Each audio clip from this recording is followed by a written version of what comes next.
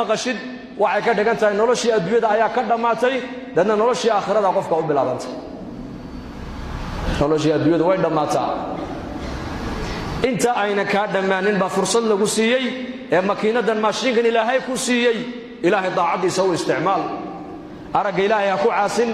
maqalka ilaahay ha ku caasin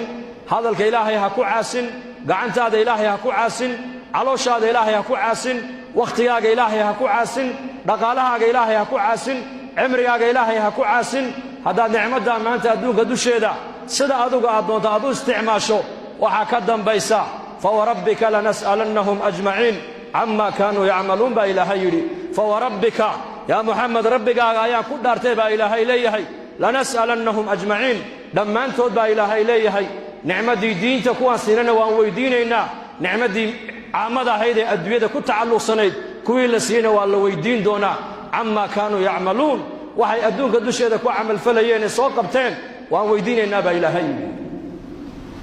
nicmadda islaamka dadka muslimiintana nicmadda ugu horraysa ee laga xisaabay buu nebigu yidhi waa salaada awal maa yuxaasab bihi alcabdu yowma alqiyaamah min camalihi alsalaa camalka ugu horreeya addoonka maalinka qiyaamaha la xisaabi doono waa salaada buu nebigu yidhi hadday salaaddu u hagaagtay u toosto uu liibaanay uu nabadgalay hadday salaadu ka xumaata buu nebigu yidhi uu hoogay qofkaasi uu khasaaray buu nebigu yidhi calayhi salaatu wasalaam nicmaddaasi waa nicmat addiin salaadda ugu horraysa qofka la weydiin doonaa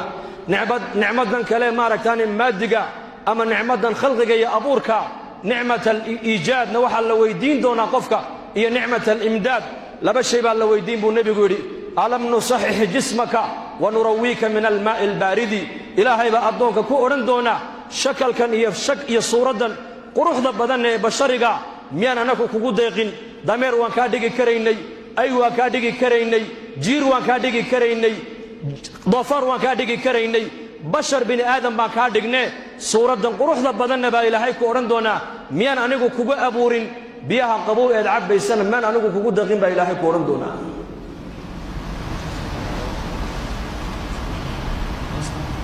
makiinadan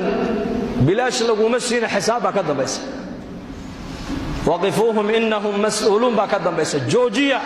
maanta waa maalintii la weydiinayay baa ilaahay odhan doonaa maxaa la weydiin laa tazuulu qadama cabdin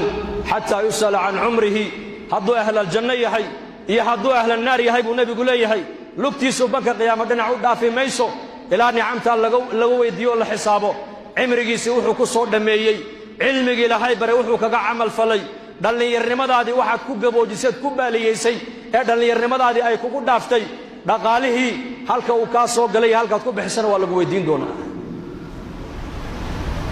afartaa su'aalood cimrigii cilmigii maalkii iyo maaragtaane quwaddii afartaa ilaa qofkan la weydiiyo la xisaabiyo banka qiyaama buu nebigu leeyahay dhinacna loo dhaafin maayo ثم لتسألن يومئذ عن النعيم إلهي بالله ثم لتسألن يومئذ عن النعيم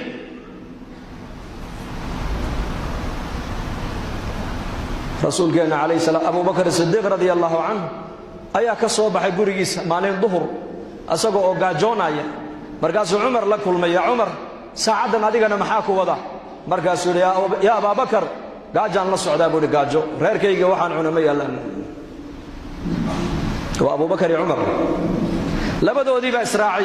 أيكم مقالة مدينة دح وريقيا وحي أركي